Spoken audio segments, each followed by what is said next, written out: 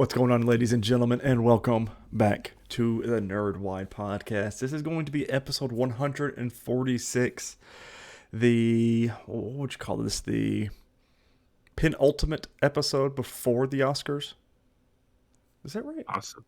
No, No, we got two more episodes before this. You know what I mean. It's been a long week. I'm your host, Tyler Haynes, with my good friend and co-host, Chris Rivers. Me? Yeah, you, right here. Oh, Oh, that was terribly white balanced. how's it going? It's been a busy week. Yeah. Very busy week. The AT&T hack didn't help anything computer system wise. I worked this weekend as well. I am exhausted. So if the energy's down a little bit, that's why. It's just been very busy at work. Hoping for a better week this week, especially with Dune Part 2 coming out, because I cannot freaking wait for it. And yes, if they have the bucket, popcorn bucket of the sandworm, it will find a space on one of my shelves. They're calling it a sandworm. I don't think that's what they used for the model. I don't think that's what the model was. Fury trying to break in over here. Fury, buddy.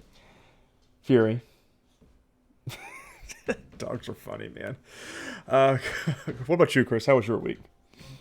It was different. We had cut hours at work, so For another week? I was getting off at weird times. You know, there were some times that I was there I think one or two nights I was there the full time, and then there were 2 or 3 nights where it was out at lunch and stuff like that. So it's yeah.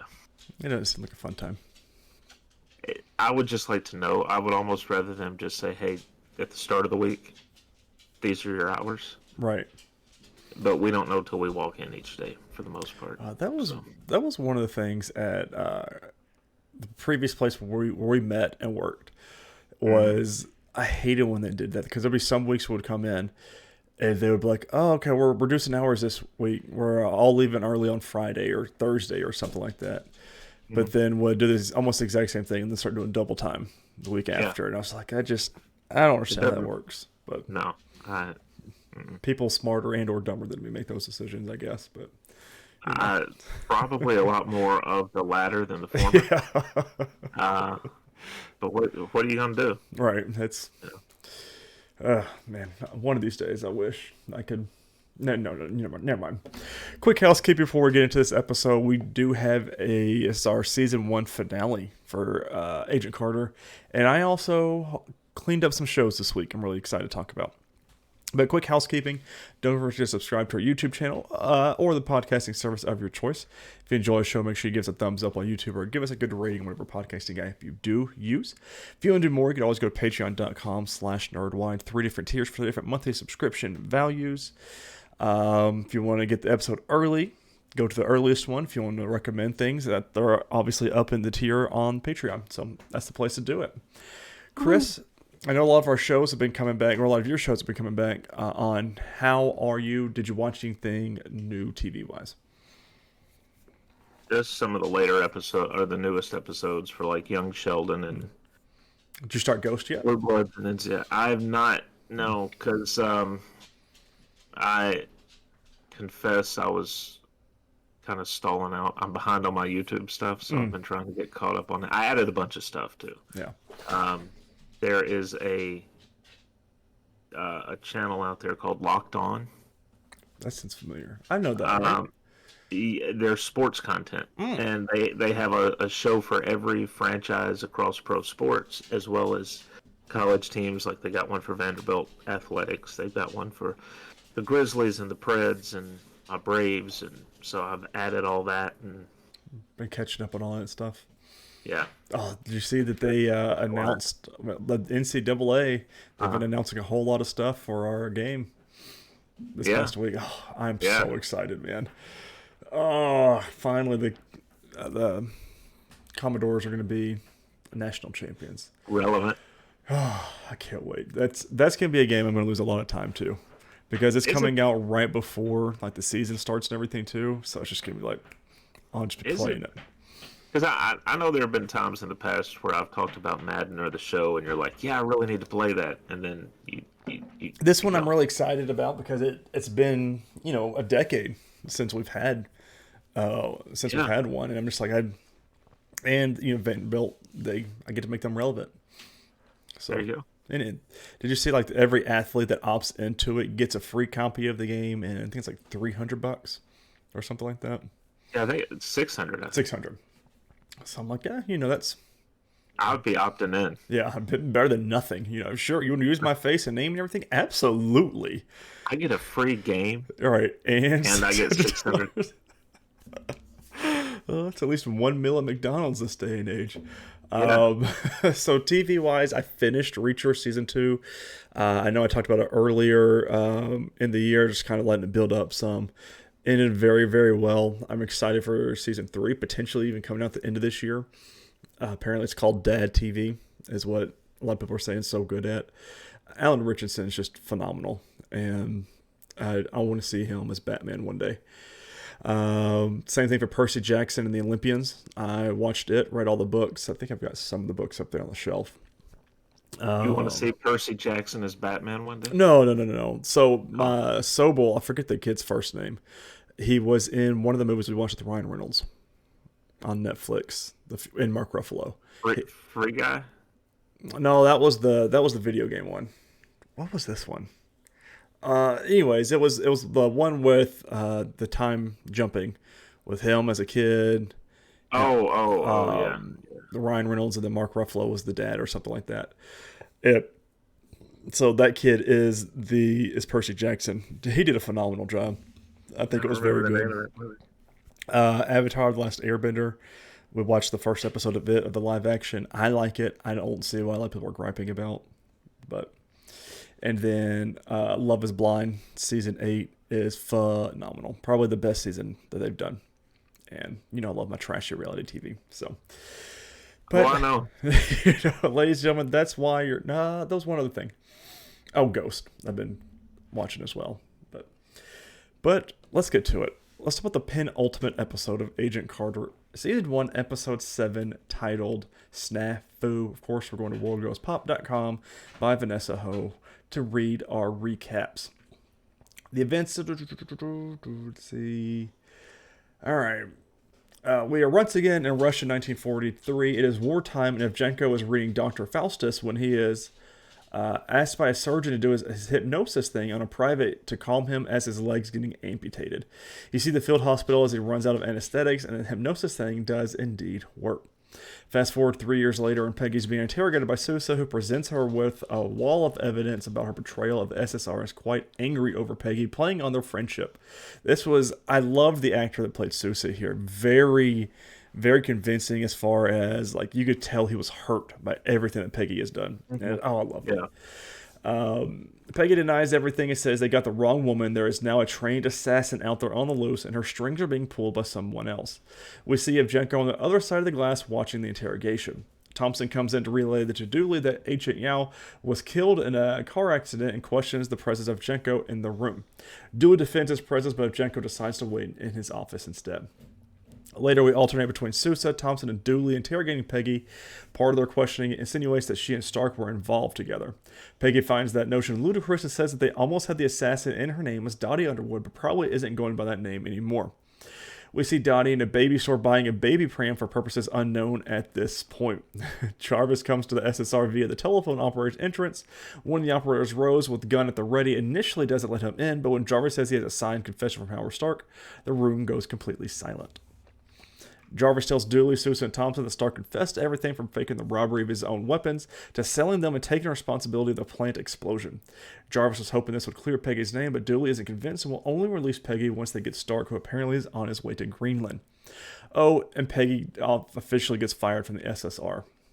Peggy clears her desk of her belongings and returns to Jarvis in the boardroom. The two talk about the predicament when Peggy realizes that Jarvis forged the confession.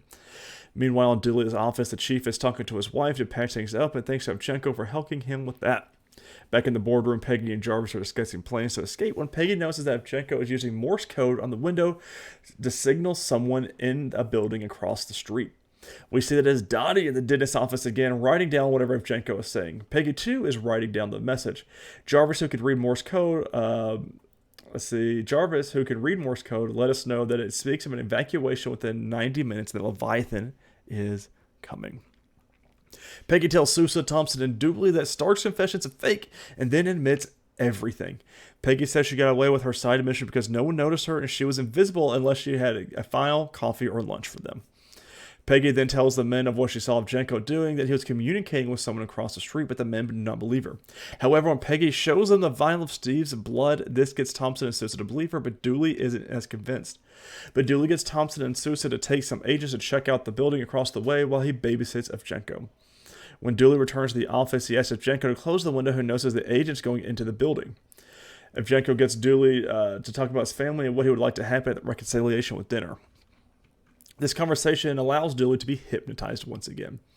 In the building across the street, each agent takes the floor and Thompson warns Sousa of Dottie and tells him to shoot to kill. Sousa gets to Dottie's floor and hears her come out and quickly goes back in. Dottie waits it out and when she thinks the coast is clear, leaves, but notices Sousa's shadow is still prepared to fight. Should have shot her then, but whatever. Yeah. The two do fight, but Dottie manages to flee to the stairwell and scales it down quite impressively. Dottie encounters another agent, takes him down, and she escapes. Later, Sousa finds the dentist's rotting dead body and opens up the briefcase that Dottie left behind to find her weapons and the note that said to kill Peggy.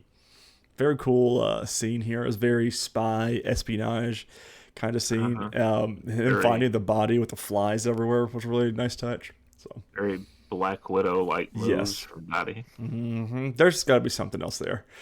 Back at SSR headquarters, a hypnotized Dooley locks Carter and Jarvis in the interrogation room.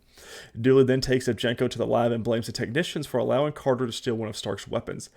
It is the one with Steve's blood in it and tells them all to go into the interrogation room. When they are gone, the two search for weapon crate 17. During their search, Evgenko becomes intrigued with a vest that Stark invented. Eventually, weapon 17 is found, and Dooley lets him walk away with the weapon, while he takes back the vest that Evgenko was so interested in. Dottie picks Evgenko up and says they've been compromised. He is not too worried about that and won't move to phase 2 of their plan until they have a chance to test this new weapon. Meanwhile, Peggy and Jarvis smash the mirror in the interrogation room to get out, but Thompson's on the other side asking what they are doing. Peggy then demands to see Dooley. The only thing I didn't like about this episode was her and Jarvis going back one too many times before smashing the glass. As they said one, then two, this I was like, okay, the one time's doing is fine, but then they did it again. I was like, okay, this is like it's a little stretch here. Yeah, but everything else is fine about this episode. But I do like after they smash it, they're like, hey, just realized we're still chained to the table. Yeah, we're still chained to the table. Well, we see Dooley in a dream state, dreaming of reconciling with his wife. In reality, Dooley is in his office asleep at his desk. When Peggy, Thompson, and Jarvis see him, the latter sees that Dooley has the vest on. It's glowing like a heater, and Jarvis informs him that there's no way to stop it. Dooley starts to really overheat, and he knows there's only one way out of the situation. So Dooley grabs Thompson's gun, asks the group to apologize to his wife, and that he is going to miss their dinner, and gets Peggy to promise him that they will catch Evgenko. Peggy promises, and we see Dooley shoot out a window, jump out, and he explodes over New York City, sacrificing himself to save others. Very cool. I hate that we're not going to see Dooley anymore. I really like that actor, and it was very... just like what he brought to the table. Yeah. But this was a very noble cause and death. I did wonder how they were going to get out of it, because like if you cut the thing, it would still explode because of the side effects of everything, of Stark's inventions and... They couldn't pack him in ice because they said it wouldn't even register. Right. Yeah. I mean, it worked, but just a little too well was the issue with no shutoff. So, in the aftermath, Peggy blames herself for bringing Evgenko stateside. She wonders what Brandis was hired to steal. Peggy realizes that was Steve's blood and rushes to the lab to see if it was stolen, but alas, it was not. The team then searched the lab to see what was stolen. The lab tech said crate 17 is missing, but Jarvis does not know what weapon 17 crate was. We get to see that it does as Dottie pushes the baby pram in a movie theater and releases a gas. Evgenko blocks the exit, and as the previews and ads roll, the effects of the gas are revealed. Everyone in the theater turn violently on each other, and when latecomers arrive and the ushers unblocks the door, everyone in the theater is dead. We know what happened at the Battle of Finale. So, episode 8, season 1 finale. Valediction. Valediction. Let's see. The police have brought in the SSR to the movie theater massacre. We see that 47 people were killed and their heads were bashed in, eyes gouged, and their bodies littered with the bite marks. Peggy determines that everyone in the theater killed each other, and obviously, inside the theater, Sousa finds the gas canister that was in the baby carriage. Upon closer inspection, Sousa gets doused with the gas. He's a great detective, like really good, because he was the only one that noticed that there was no babies accounted for and looked at the baby thing. Genius. When Thompson approaches him, Sousa makes to kill him and hits Peggy, who tries to stop him. A cop manages to knock up Sousa. When he wakes up later at the SSR infirmary, he tells Peggy that he remembers and how he felt while on the gas. Sousa apologizes to Peggy for hitting her. Later we see Thompson. Oh, excuse me. Later we see Thompson debrief the team that Evgenko has stolen 10 canisters of the gas.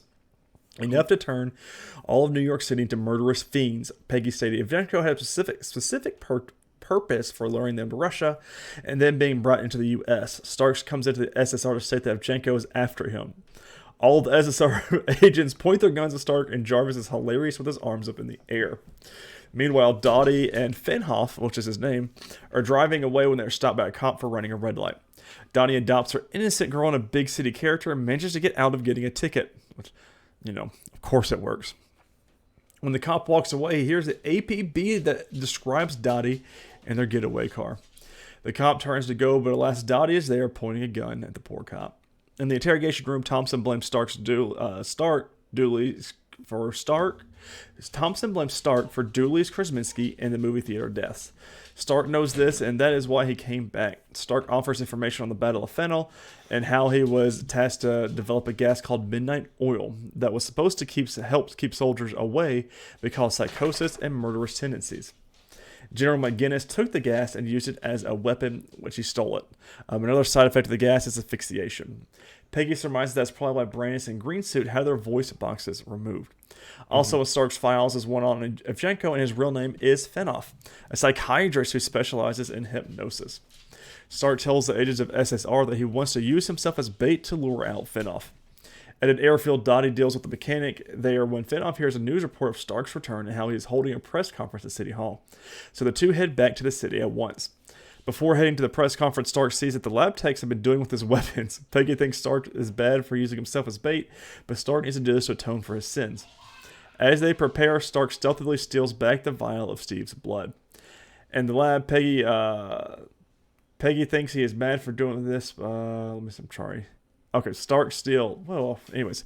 At the press conference, Stark steals clear Starks of every... Oh, God. Let me just restart. This one paragraph was very weirdly written. At the press conference, Thompson clears Stark of everything, with Stark feeding him lines to pump his tires. When Stark goes to speak, he gets shot at, and Jarvis whisks him away to a waiting police car. Peggy sees a shooter at the hotel across the way, but when she and Thompson go to the room, they find a self-shooting rifle. Peggy realizes as a distraction, she hears from Sousa that Stark was taken. The cop that is driving Stark to Fenhoff is the one that Dottie confronted earlier, who is now all hypnotized. Stark tries bribing the cop, but to no avail. That was very funny, trying to women, money, cars. Rosalind Russell's phone number. Yeah, it was very funny the way they did that. Eventually, Sousa and Jarvis find the cop car and the cop dead inside. Stark is now in the dark sedan with Fenhoff driving while Dottie aims a gun at Stark. Stark does not remember Dottie at all, and they're weakened together, so she knocks him out. Peggy and Thompson determine that Fenhoff is targeting Times Square, where VE Day celebrations are happening, and he needs Stark for something. Thompson tries to get those celebrations called off, but of course no dice. The team find out that Fenhoff is leaving the city. They know that the gas needs to be released to Airborne, but all the airports and airfields have been shut down. Jarvis then pipes in and says that all of them have been closed. Stark has a private hangar where he keeps some planes and some other memorabilia. We flash back 6 months ago, and we see Stark show Dottie said hangar and getting amorous. Back to the here and now, Stark is in his hangar and still cannot remember Dottie. Fenhoff then tells Stark why he hates him. Fenhoff blames Stark for creating Midnight Oil that killed his brother, with his body looking very much like the people in the movie theater. Fenhoff survived because he was the only one with a gas mask. Stark keeps on apologizing for his action and tells Fenhoff just to kill him. However, Fenhoff has other plans and wants Stark to actually suffer. Fenhoff manages to hypnotize Stark into thinking he's back in the Arctic, and he's told that they have found Captain America. This is a very cool scene. Yeah. Peggy is in his vision and gives Stark the Captain America shield and asks him to bring home Steve. At the SSR, as the SSR arrived at the hangar, they see Stark taking off in his plane, most likely to release the gas over Manhattan. Fury is making his entrance again. Peggy needs to get to the hangar's radio room to try and talk Stark out of his hypnotized state. In this case, it doesn't work. He needs someone to go up in another plane to shoot Stark down. Jarvis is the only one enlisted to do it, as he's the only one that's ever flown a plane. Peggy, while with rifle in hand, makes it to the radio room where Finoff is speaking to Stark in order to keep in order of his control. Peggy confronts the two, but Dottie manages to get the rifle out of her hand. The two then fight, where Dottie says that she is jealous of Peggy, but realizes now she can be anything she wants, and maybe she will become an SSR agent.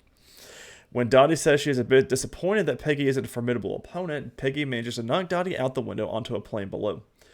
Finhoff escapes, and Thompson finds him, but he gets knocked out. When Sousa comes upon Finhoff to try and take him in, Finhoff starts to use his hypnosis technique by saying that Sousa is not appreciated by his SSR peers and is unloved by Peggy. Just when we think Sousa has been hypnotized and is going to shoot and kill Thompson, he knocks out Finhoff first. The reason why the hypnosis didn't work is Sousa, of course, was wearing earplugs. Of course he was. Like, very well done. Back in the radio room, Peggy is trying to talk Stark out of his hypnotized state, but he keeps on going on and on about saving Captain America and that he was the one good thing he did amongst all of his destructive inventions. Jarvis has Stark in his sights and wants to know if he should shoot him down. Peggy wants Jarvis to stand down, tries again and talks Stark out of it. Peggy tells Stark that Steve has been gone for a year and they both have to accept it. While both love Steve, it is time to move on. Stark seems to snap out of it and realizes where he is, and there's no need for Jarvis to shoot him down and to return to the airfield. When Peggy returns to the hangar, she notices that Dottie's body is not on the wing anymore, with a trail of blood from it. Peggy says that we haven't seen the last of Dottie. The next day, at the SSR, when Peggy arrives, all the other agents applaud her for saving the day. But when a U.S. Senator comes to see Thompson, he heaps praise on him for being the hero and says he'll get a congressional medal and a meeting with the president. Thompson takes credit for all the praise, which pisses Sousa off, and Sousa wants to tell the senator the truth, but Peggy doesn't care, as she doesn't need a medal or a meeting with the president for her to know her worth. Very, very good scene, and just so much like Agent Carter and her values, and that just, so good. Sousa then asks Peggy out for drinks after work, which she politely declines, but is open to having a drink another day, as Peggy is meeting a friend after work. That friend is, of course, Angie, and the two of them are at one of Stark's residences. Stark has offered the two of them a place to stay since it's his fault they both were kicked out of the Griffith, and Angie's workplace was destroyed. Angie is so excited to live in such a big place that she runs off to call her mom, which of course there's a phone in every room. When Peggy and Jarvis are alone, he tells her that he is more than happy to assist Peggy whenever she wants. Jarvis also shares that Stark isn't going to destroy all his weapons, as he doesn't trust. He is going to destroy all his weapons, as he doesn't trust anyone to do the right thing with them. Jarvis also offers the vial of Steve's blood back to Peggy, as she will know what to do with it. As the sun sets, we see Peggy on the Brooklyn Bridge. Peggy takes the vial of Steve's blood, and after saying goodbye, my darling, pours it into the Hudson. There's about to be some very strong superfish in the Hudson. Yeah, definitely. In let's see, in the post credit, Finhoff is brought to a cell looking a lot like Hannibal Lecter. As he settles in, Finhoff meets his cellmate, Dr. Zola. Toby Jones, of course, reprising his film role from the Captain America film. Zola knows all about Finhoff and the work he has done. Zola wants them to collaborate and says the one positive of their situation is that they are in an American prison, where America is the land of opportunity. So I wondered at the very end here, when she, not the very end obviously, but when she dumps the blood. Earlier in the episode, we see Sousa affected by the midnight oil. Mm-hmm. And then we see Jack Thompson revert back to his old self, taking the credit for what the team did. Right. And I kind of wonder if that's where she decides, I just need to get rid of this, because there's not going to be anyone else worthy. Mm-hmm. So I wonder if Sousa had not been affected, if Jack showed he'd changed his colors. Right. If maybe she hangs on to it. Yeah. This was a very good series. And I mean, still have one season to go. Which yes, we are going to do season 2 starting next week. But I was very glad with how they wrapped it up. Because if this ended with a season 2, or without a season 2, it would have been fine. I don't think there was very much that they kind of left open. Yeah. I'm assuming we see Dottie back in season 2. Maybe. We've got, I think we're one episode longer in season 2 than we were in season 1. So, What I do remember, I don't want to spoil. oh, sweet! I'm excited about it. How much of a time jump is there between the two? Not very Okay. big. Cool. I'm excited to see where we go. So You've got the same core characters back. So oh, good. As long as we got Sousa and Thompson back, I think that's yeah. Jarvis has got to be back, right? Like, I'm trying to think of what's going to be the big, not calamity, but big plot point. Because we had Stark's inventions being stolen for this one. Is Fury trying to get out? He's yeah. So I was just waiting for a lull in the conversation to mute my mic and then open it back up. So he heard Zoe filling the food bowl up. So Oh, okay. Yeah, really good first season. This was a summer replacement show. Yes. So I really wish that this had gone on for longer, though. This is something I think they could have just told these side stories in that era and just kept it going. Because this was 2015 when this debuted, so it wasn't that long ago. when was season 2 the next summer? Yeah. Okay. God, that's not even. It's what's 8 years ago. Yeah. Man, Not that bad. Look at my math. They could have still been producing these every summer, just a little. Yeah, like even if they wanted 8 to do to 10 5 episodes. episodes. Yeah, I mean nothing crazy. Just to have something in between movies back in the day. Of course, we had MCU shows, but And for the actors, that wouldn't have been a big deal because that's probably 10 episodes. You're probably looking 11, 12 weeks. yeah, nothing Then too crazy for them either. they can go make movies the rest of the time. Yeah. So, So, but nothing. I'm excited. Like I'm really excited for season 2. I really was surprised with how much I liked season 1, and it really makes me want to go back and watch Agents of Shield. yeah. I missed that show, and that was just truly special from top to bottom on that one. News we've got this week: The Boys returns June 13th. So we finally have a date for it. It's a lot later than I thought it was going to be, though. Considering they've been done with it since before the strike. Yeah. So I wonder if Amazon's got their stuff that they want to do with it. Hopefully they don't do with it what they did with Invincible. God, please no. Which that comes back like March. Hey, here's 4 or 5 episodes, just enough to get you into it, and then we're going to go away We're for a few cold cut and being done for months. Oh, what a dumb decision. Releases this week, Tuesday, February 27th. Shogun comes on FX and Hulu. I am interested in it. And I wonder, because we don't have Hulu anymore, I wonder if it's going to be on like Disney Plus. Like they do sometimes. So, I don't know. I am interested in that show. So, that's it for TV. Yeah, we're on to movies, aren't we? Mm-hmm. Okay. I don't have anything to say. I'm just going to sit here. Have you watched anything else? Nothing movie-wise. I'm probably going to rewatch the first Dune, or Dune Part 1 this week, prior to watching the second one on Thursday. Which, again, IMAX price is too expensive. This is going to be a week of really long movies for you. Yes, it is. Yes, it is. So I watched The Babe. Is it the pig movie? No, that's just Babe. Oh. The Babe was a movie about Babe Ruth. Oh.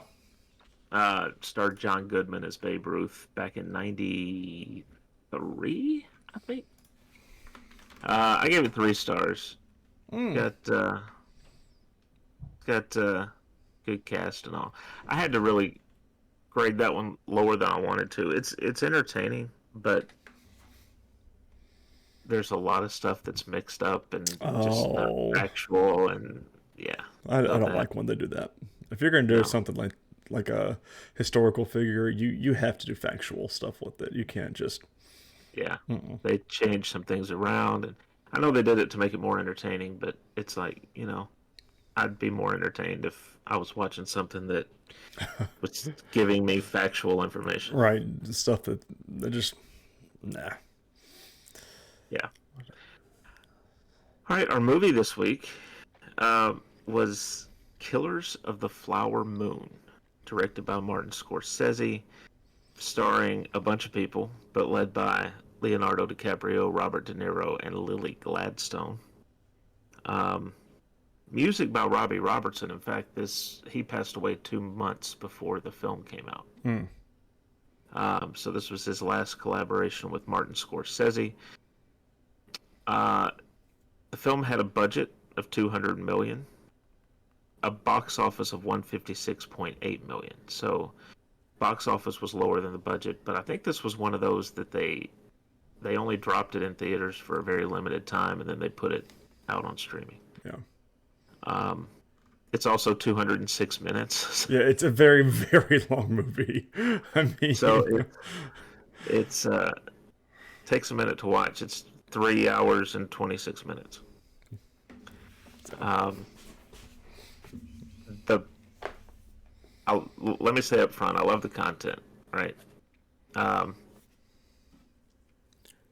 but at one point, I was sitting there watching it, and I was like, "Man, this has to have been already going on. Like, we got to be 2 hours into the story." And I checked, and I was an hour and eight yep, minutes I in, and think I've probably the exact point was where I was at when I did the same thing. Oh, Because I watched it today, and I was still watching it, and I was like, I feel like this has got to be almost over. I feel like I've been here, 2 hours tops. And I looked down, and I was like right at the hour and 15-minute mark, and it still said an hour and like 10 minutes left. I said, okay, all right, because I said, where else can we go from here? And we yeah, went some places after we did, that. we did. Let's see some of the rest of the cast: Jesse Plemons, Cantu Cardinal, who we know from Echo, John Lithgow, and Brendan Fraser. I was not expecting to see him in here in this. I I did didn't know I he did was in not it. I did not remember he was in it. No. Um, so, and they started development on this back in March of 2016. Did they really? Yeah, well, COVID hit, so that Oh, kind so of, yeah. but still. Um, all right, let's get into the plot. It's going to be a little bit longer than normal because the movie was an It was epic. a little bit longer than normal. Yeah.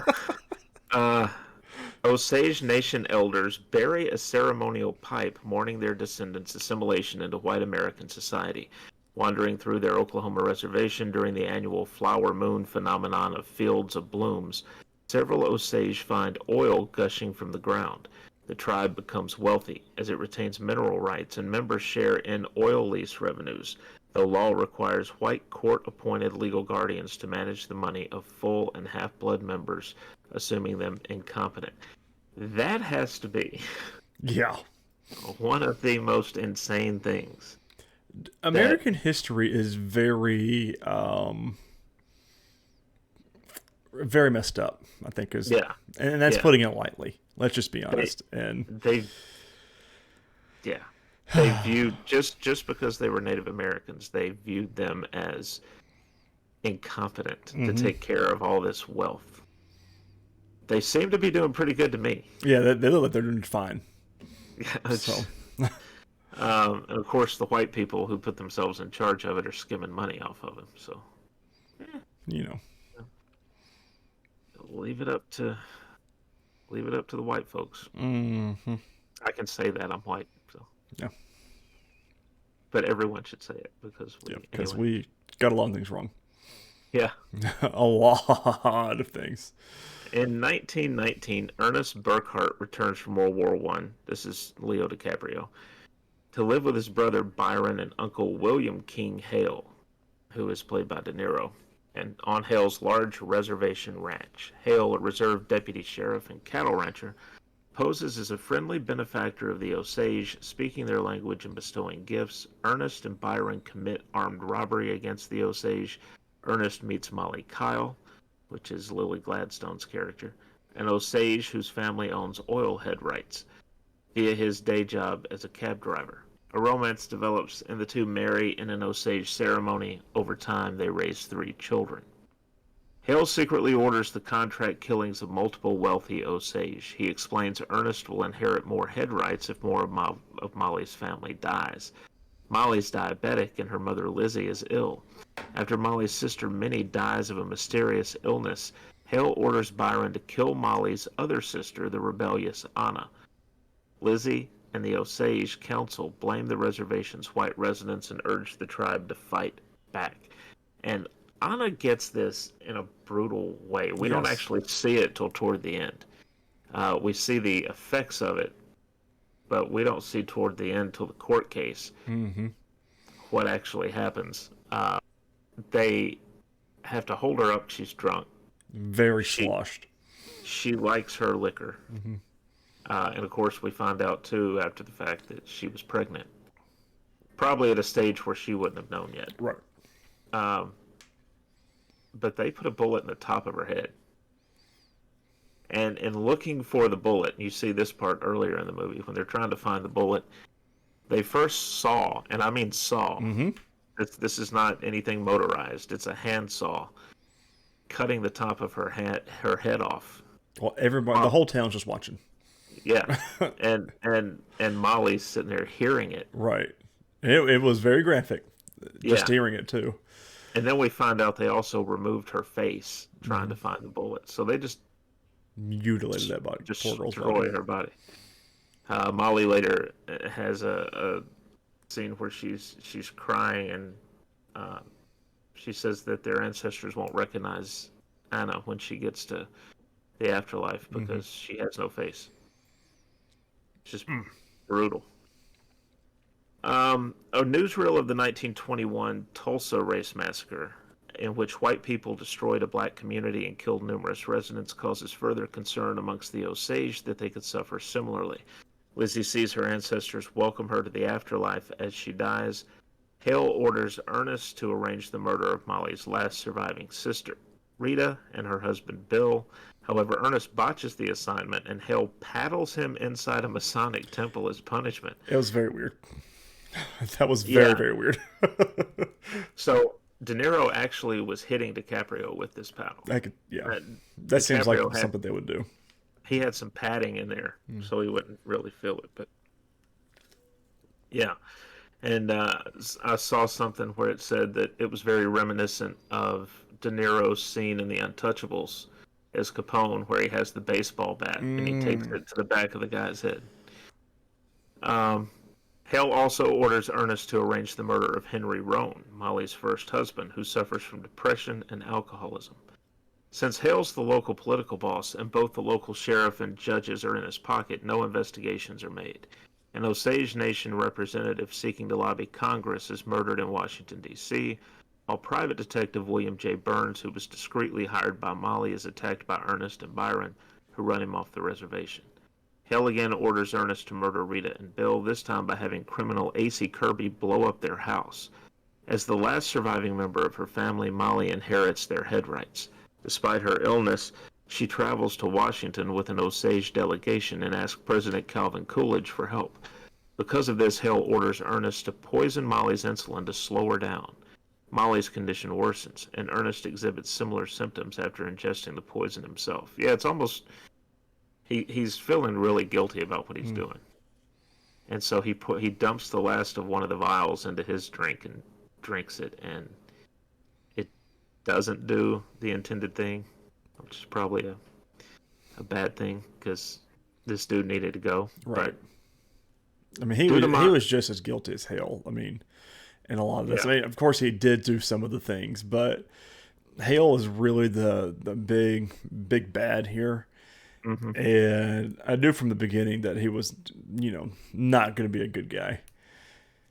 The way he was, consoling people, Lizzie and stuff like that during the wedding, and was just being there. I was like, yeah, dude, you're sketchy. And sure Yeah, enough, he was pulling the strings of everything. So, yeah, it was all him.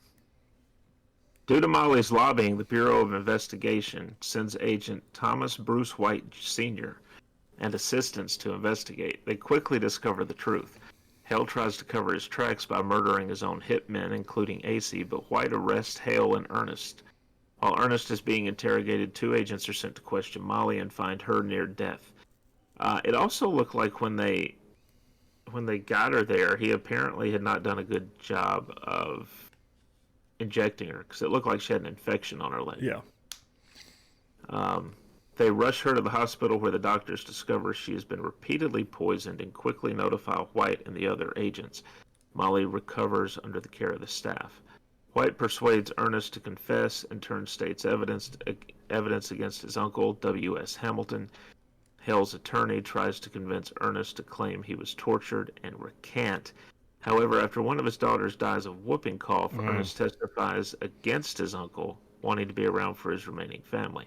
Hale unsuccessfully tries to have his nephew murdered. Molly meets with Ernest after he testifies and leaves him after he refuses to admit to poisoning her. A radio drama years later reveals the aftermath. The Shawn brothers, who gave Ernest the poison for Molly and were implicated in other wasting deaths, were never prosecuted due to lack of evidence. Byron served no prison time due to a hung jury. Hale and Ernest were sentenced to life imprisonments. Both were paroled after years of incarceration, despite Osage protests to the parole board. Molly divorced Ernest, married a man named John Cobb, and died of diabetes in 1937 at the age of 50. She was buried with her parents, sisters, and daughter. Her obituary did not mention the Osage murders. The film closes with an overhead view of a 21st century Osage powwow dancing circle. Which it was very, I forget who, it was either Ernest or Lily or Molly, but they were talking, I think, at the dinner table. Or maybe it was Hale, but like one of them said, Osage Indians usually don't live past 50. Yeah, Or it was very rare. And then turns out she dies at the age of 50. I'm just like, that's kind of cool that a little bit of foreshadowing put in right. there. So, I like this movie. The story was very good. And of course, at the end, I didn't realize this was a true story until the end. And I think I gave this 3 stars. I would have given it more, but it was very, very long. And I think that's ultimately what killed it for me. I don't think there were some things that we could have cut out in it. I mean, I'll honestly, a lot of things, but a 3-hour movie for this was a little on the long side here.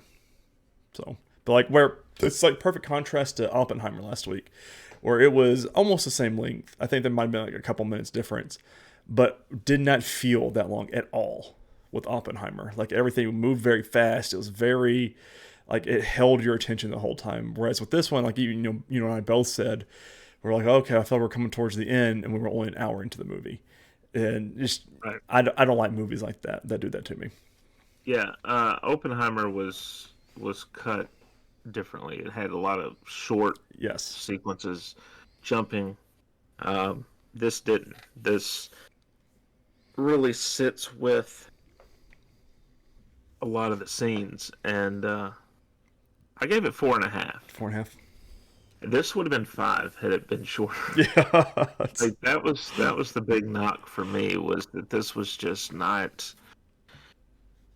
I feel like they needed, if you're going to have it this length, a little less lingering on some of the, even with some of the landscape, where Right. they're just showing an exterior shot, they would linger on that for a little while. You take some of that out and give me a little bit more dialogue to move a couple of those other scenes along, and it's going to help.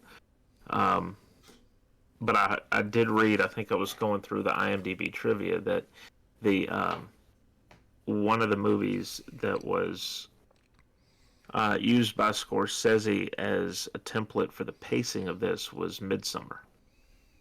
I don't think I've seen that one. No, you haven't. We talked about watching it for the horror Oh, it's a stuff. horror movie. It was same director as Hereditary. Oh, Uh, okay. Oh God. Uh, so Mm. yeah, it was the pacing really got this one for me. Um, but the performances were Yeah, fantastic. oh, Leonardo DiCaprio, like his mannerisms and his facial expressions mirrored Robert De Niro so much, and especially as the movie and time in the movie kept going on, it was more and more so and more evident of how like he looked up to him and followed him and stuff like that. I was like, oh, this is very well done by their point. Yeah, yeah, he has prosthetic teeth or Mm-hmm. fake teeth. Because at first when he comes on screen, I'm looking at him and going, "What's wrong with him?" And I was like, "Oh yeah, That's not normal. the teeth, the teeth." But it caused this deal with his jaw where he had like a very tight Mm-hmm. jaw. Like he It really was all the didn't. frown lines were Yeah, always present. and there's a couple of later on in the movie. I don't know if they did something different as the story goes on with his makeup, but he kind of turned to the side a little bit, and his jaw it reminded me of Billy Bob Thornton in Sling Blade. Mm. I was just like, okay, I don't know if that's intentional or not, but that's what it reminded me of.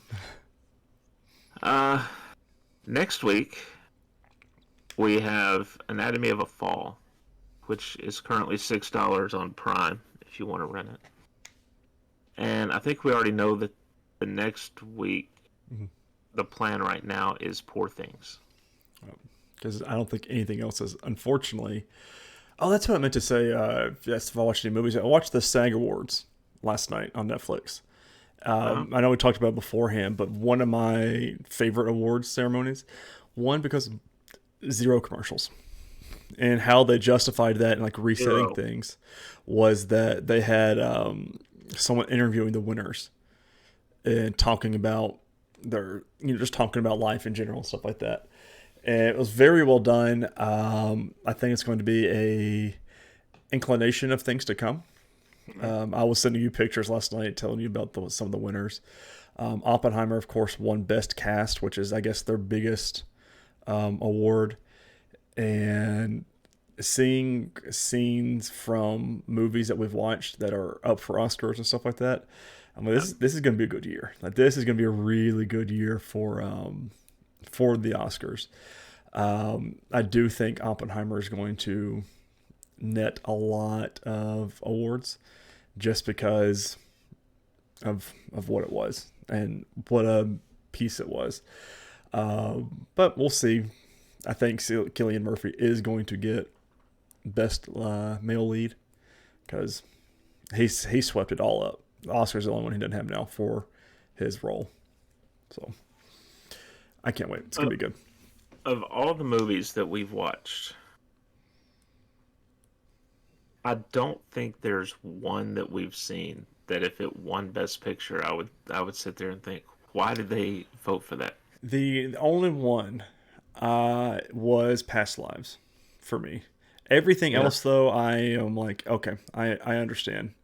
Past Lives, I feel like if that wins over all these other ones, I'd be like, they. But I I guess, think I think I was higher on that than you. I think I gave that like a 4.5, and I think you came in at like a 2.5 or 3, something like that. I was a 3.5, you were a 4.5. Yeah, But that's like, I'm still surprised by is The Holdovers. Is still my favorite film, yeah. which that's the biggest They surprise for me.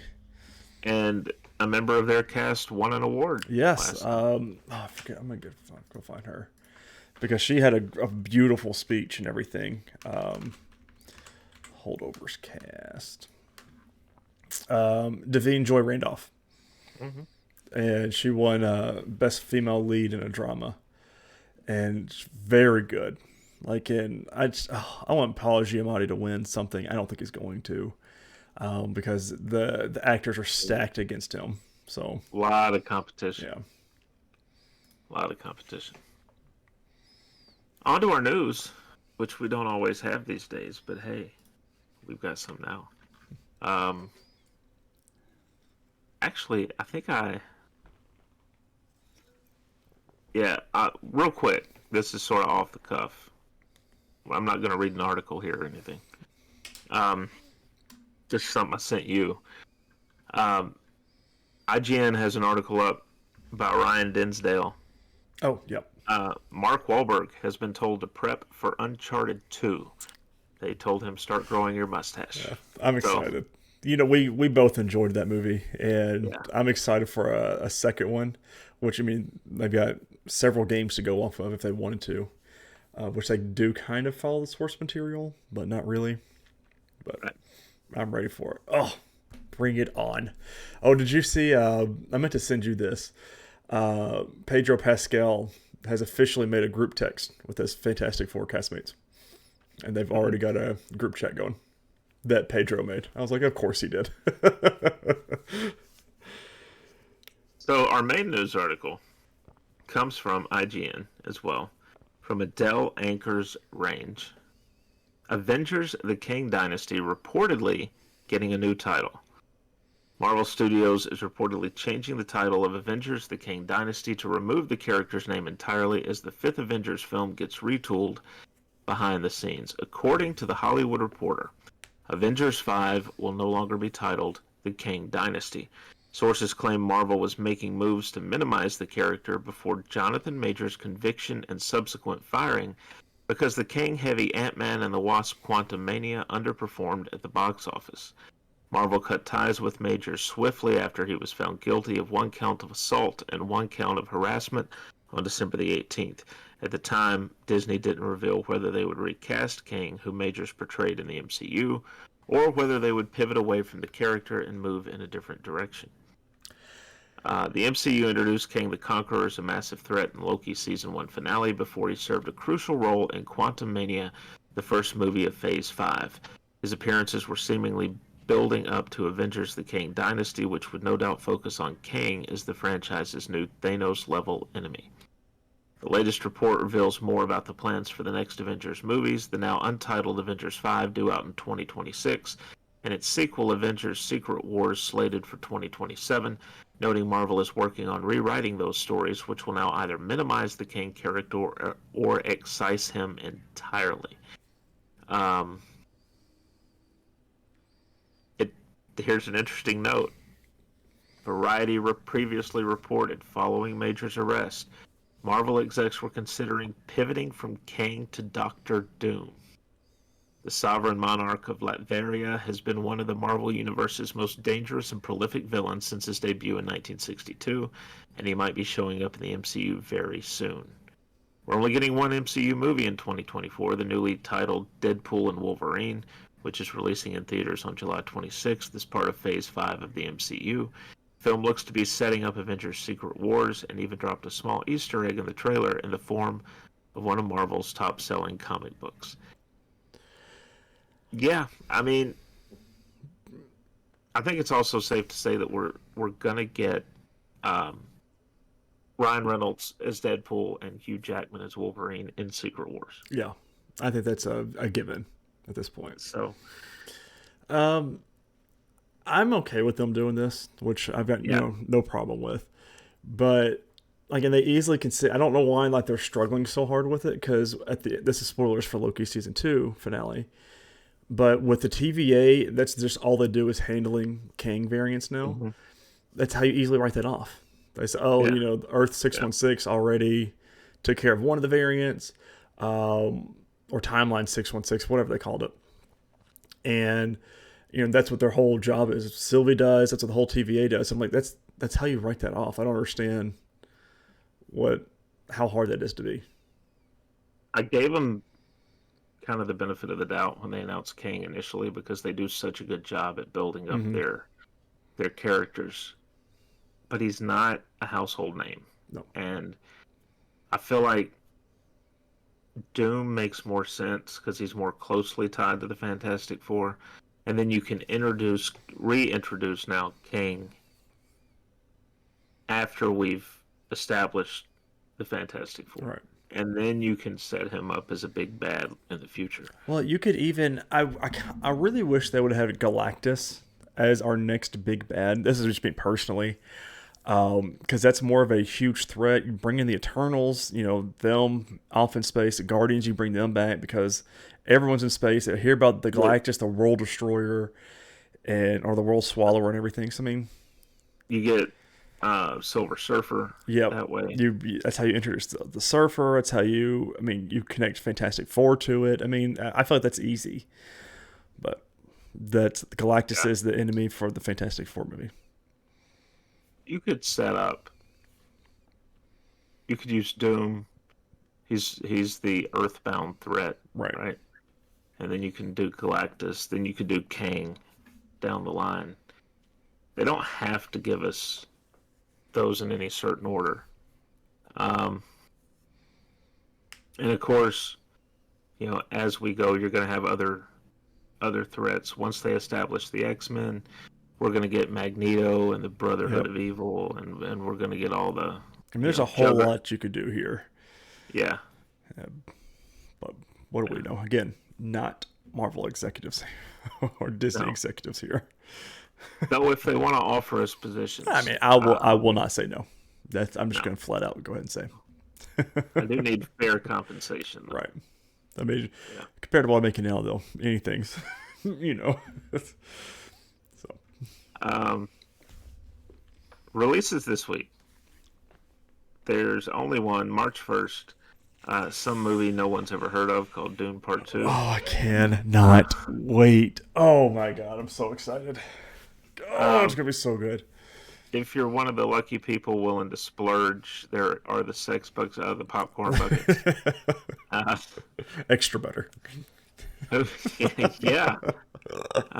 Who, by the way, on the marketing team was like, that's not going to get joked about at all. No. This is extra. It looks just like the worm. Although, people are talking about it. Yep. People are talking about the movie. So. Any press is good press. Yeah. So, I can't wait. But ladies and gentlemen, thank you all so much for watching this episode of the Nerdwide Podcast. Season one of the better Marvel television shows has come to an end. Well, for us, as far as recapping it. But we are going to start season 2 next week, so make sure you are caught up. We're watching the first 2 episodes of it and watching Anatomy of a Fall with 2 weeks left until the Oscars, and I can't wait. This is going to be a fun one. Last year was the first one, obviously, watching it, but I'm more invested in the movies this year than I was last year, so I'm really, really, really excited. We will probably have to up our recording time again just so we can watch it live as it happens. But ladies and gentlemen, again, thank you so much for watching and listening to this episode of the Nerdwide Podcast. Do not forget to share on all your favorite social media platforms, including Threads, which we are at. But thank you so much for watching and listening. Don't forget about our patreon.com/nerdwide. If you want to toss us some bucks every month, that's the place to do it. And you get your episode earlier before anybody else does. But as always, this has been this week's episode of the Nerdwide Podcast, and we cannot wait to talk to you next week. Later, guys.